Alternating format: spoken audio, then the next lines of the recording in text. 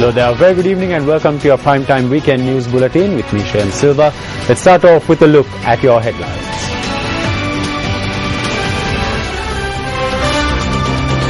$127 locations in the Matale district identified as landslide-prone areas. රක්ෂිත විදියට තියාගෙන එම ජනතාව සුරක්ෂිත ප්‍රදේශවල පදිංචි කිරීමේ වැඩපිළිවෙල අපි ක්‍රියාත්මක කළ යුතු වෙනවා. Department of Meteorology urges the public to be vigilant about showers coupled with lightning expected in the coming days. Particles suspected to be meteorites discovered in Dimbulagala. The body of the Indian girl who was brutally raped in a moving bus cremated today.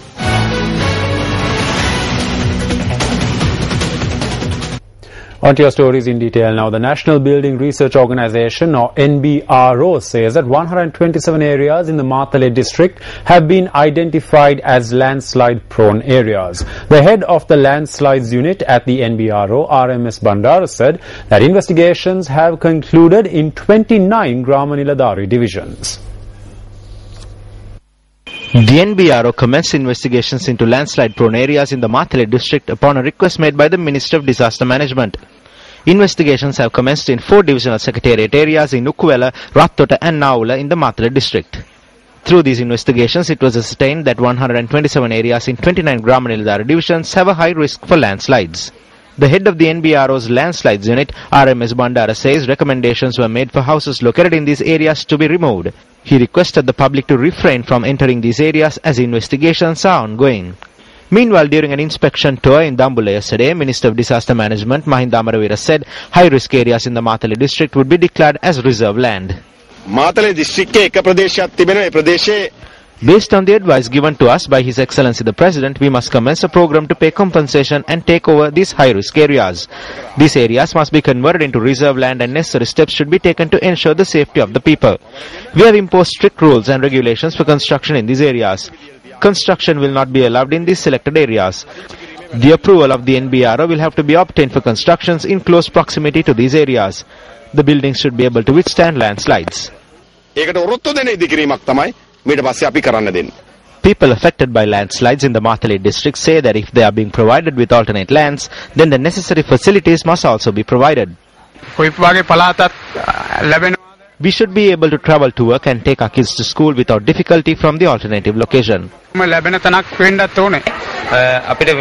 We are happy to move to safer locations.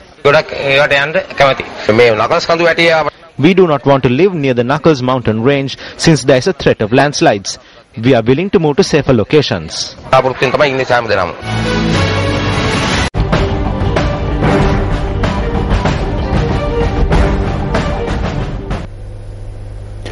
President Mahinda Rajapaksa reiterates that in order to minimize natural disasters, man must act responsibly towards the environment. The President made this observation during a program in Matale yesterday. This program was organized to distribute dry rations and other necessary equipment to flood victims in the Matale district. Speaking at the occasion, the President pointed out that if natural resources including forests are continuously destroyed, people will be facing worse natural disasters in the future.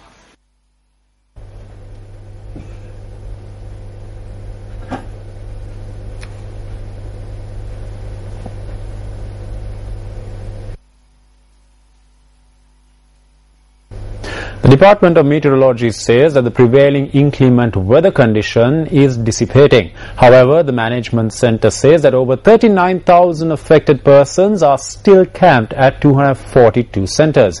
The centre adds that the displaced persons are continuing to receive relief aid. Although the floodwaters in many areas are now receding, certain low-lying areas remain inundated. These are the low-lying areas surrounding the Anuradhapura sacred city. The houses in these areas were inundated when excess water released from the Nachadua tank had collected in the Malwatu Oya.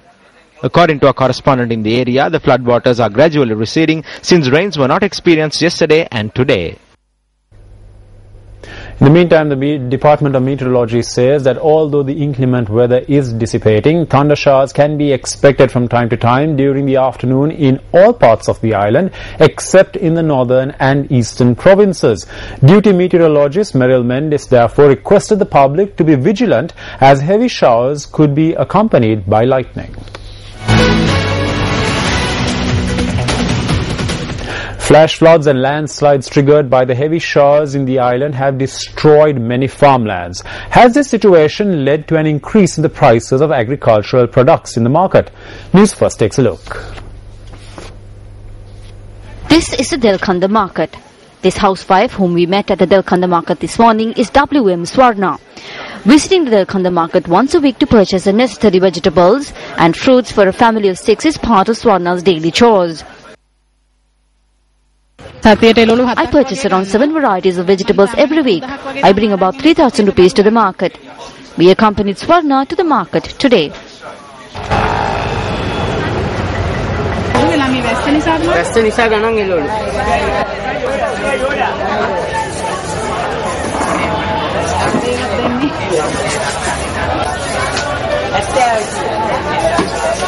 The prices were less last week compared to today. They say it is because of the rain. As Swarna mentions, does the weather have a direct impact on agricultural products?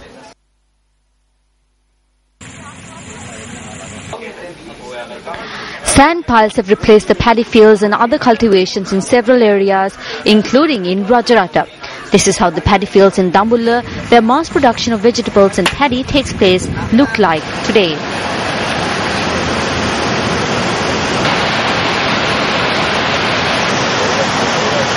The paddy fields that were the livelihood of many are destroyed today. The fields have transformed into streams. People have no way of living. There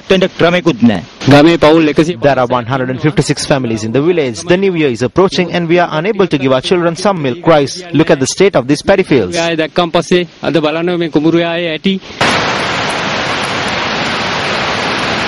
heavy showers did not spare the paddy fields in Polonnaruwa, which remain inundated. The saplings, which are about 2 feet high, are now underwater. Around 200 to 250 acres have been destroyed.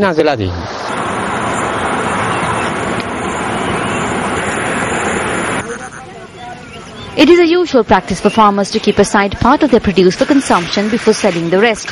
However, heavy showers experienced in the island for several weeks have destroyed all their crops.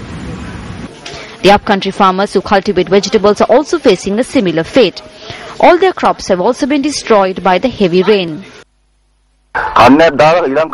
We finance one season with money earned from the previous season. We have no way of purchasing anything or even eat. The farmlands that were destroyed due to rain were previously destroyed by the drought. There has been considerable decrease in production from these farmlands during both the Jala and Maha seasons. Therefore, is it important to pay considerable attention towards the supply of agricultural produce to the local market for the coming months.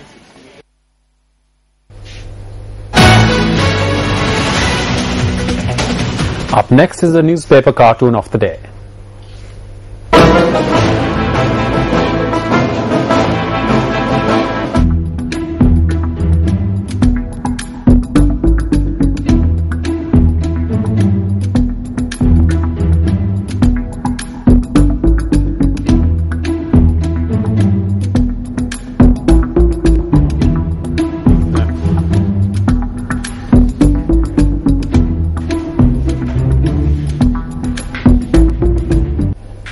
An incident where bright solid particles had fallen from the sky to a paddy field in the Kudawava Mahavali village in Dimbulagala, Polonnaruwa was reported yesterday.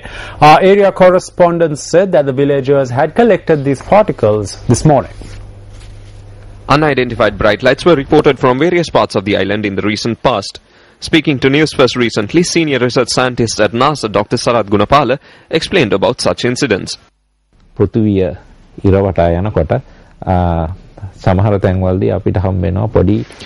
the earth moves around the sun, there are instances when we discover rock particles which can be the size of a grain of sand. These particles become a plasma ball due to the earth's gravity. A plasma ball is a ball of gas that consists of hot iron. තව ටිකක් පල්ලෙහාට එනකොට ඒක රත් වෙලා රතු පාටයි සුදු පාටයි ගිනි ගන්න ගත්තා. ඊට පස්සේ නැති වෙලා ගියා. මේ වගේ විදිහට තමයි මේ උල්කාපාත පිච්චිලා යන්නේ. The farmers who were working in the fields in the Mahaveli village in Polonnaruwa had witnessed bright lights in the sky last night. The farmers who returned to their fields this morning inspected the particles that fell from the sky. However, the Ministry of Health had requested the public to refrain from touching these unidentified particles. The ministry has urged the public to notify the ministry regarding such particles.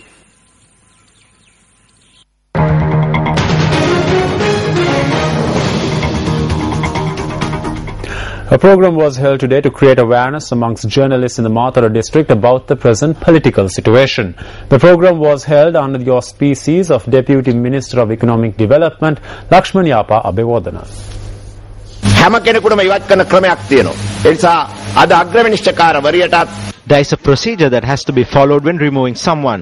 The Chief Justice is also going through this process at present. If she is criticizing the government because she is unable to face the situation, then there is nothing that can be done. For instance, the post of District Secretary is terminated. An investigation was held, but the District Secretary says she will continue to work in the capacity of the District Secretary. Can she do that? When the District Secretary enters the District Secretariat, the security guard says she is not permitted to proceed beyond a certain point. Then what happens? She must turn back. If she refuses, then a vehicle will be seized the following day. Then the police is told to not let her in. This is the process for anyone in the country. මේක තමයි ක්‍රියාදාමයේ ලංකාවේ ඕනම කෙනෙකුට. මම ගියේ නැත්තම් මොකද්ද වෙන්නේ කියලා. ගියේ නැත්තම් යවනවා. There is a certain procedure. The law of this country applies to everyone. මේ රටේ නීතිය කාටත් එකයි. Minister of Power and Energy, Pathali Champika Ranawaka, says that those who speak about the losses incurred by the Electricity Board do not talk about the attempts made by the board for the upliftment of the public and industrial sectors. The minister made this observation while attending a meeting in Colombo today.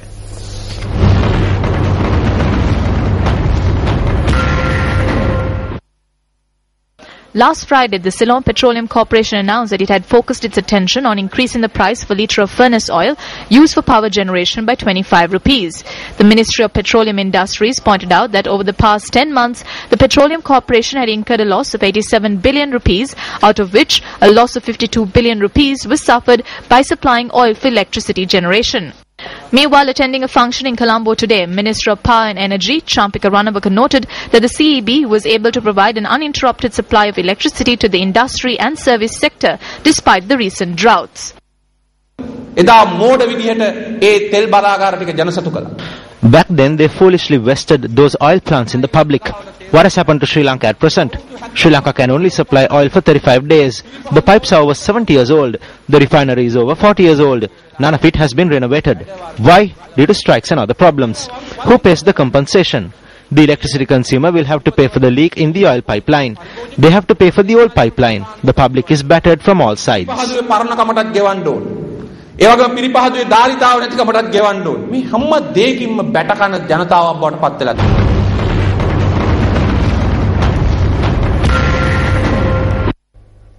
Former Army Commander Sarath Fonseca distributed dry rations today amongst people who have been displaced in various areas in the Kurunegala district due to the floods.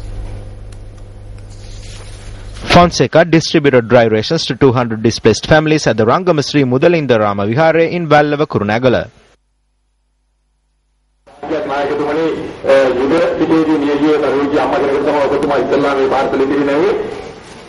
අනාගතයේ අපි අවශ්‍යලාවට අවශ්‍ය තැනදී තමුන්නාන්සලා ඉදිරියට පැමිණීමට සූදානම් කියලා. Today on this sacred ground, we promise that we are prepared to come before you when needed in the future.